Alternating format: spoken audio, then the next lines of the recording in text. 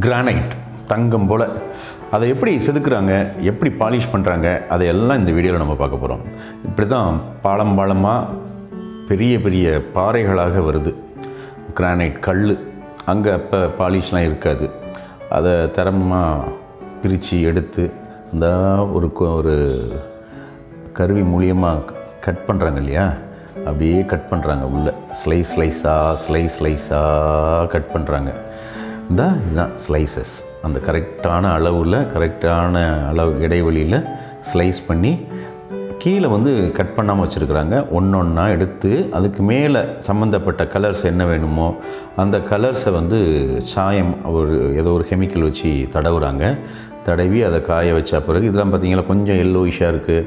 இது கொஞ்சம் டல்லாக ஒரு இதெல்லாம் பார்த்திங்கன்னா கொஞ்சம் வேறு மாதிரி கலராக இருக்குது. பார்த்திங்களா, இந்த மாதிரி கலர்ஸ் எல்லாம் சேர்த்து இந்த மிஷின் மூலியமாக தான் உள்ளே அனுப்புகிறாங்க. ஒரு கிரானைட் கல்லாக அந்த ஸ்லாப்பாக உள்ளே அனுப்புகிறாங்க. இதுதான் பாலிஷ் போடுற மிஷின். பாலிஷ் போட அந்த தம்பி எடுக்கிறார் பார்த்திங்களா, எடுத்து பக்கத்தில் அப்படி தூக்கி அழகாக வச்சிடுறாங்க. சூப்பர். வச்ச பிறகு அது கொஞ்சம் அப்படியே ஒதுக்கி ஒரு கல்லாக எடுத்து தனித்தனியாக வேறு அடுக்குறாங்க.